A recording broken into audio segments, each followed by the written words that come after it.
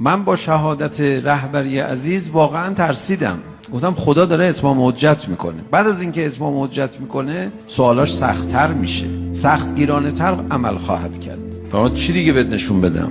شهدایی چنین والا مقام دیگه آخر شهیدان انقلاب رو جلوی ما گذاشت. ماها تک تکمون قطعا باید دیگه زندگیامون رو تغییر بدیم. هیچ کس نباید مثل قبل زندگی کنه. این تحلیل بنده نیست، این سخن سید الشهداست. از سخن ایشون من دارم الگو میگیرم.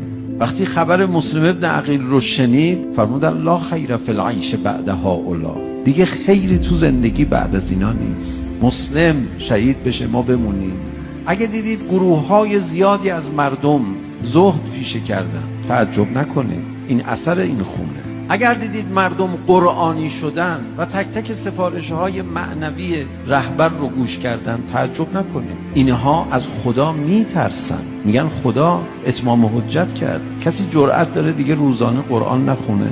رهبر شهیدت بهت اینو گفت. اگر دیدید حال و هوای مساجد ما تغییر کرد، امام جماعت‌ها دیگه متفاوت عمل کردن، بسیجی‌ها دیگه قوی‌تر شدن، وقت بیشتر برای انقلاب گذاشته شد، تعصب‌ها برای حق و حقیقت قوی‌تر و شدیدتر شد، تعجب نکنید اینها از خدا میترسن، میگن خدا قربانی جلو پای ما.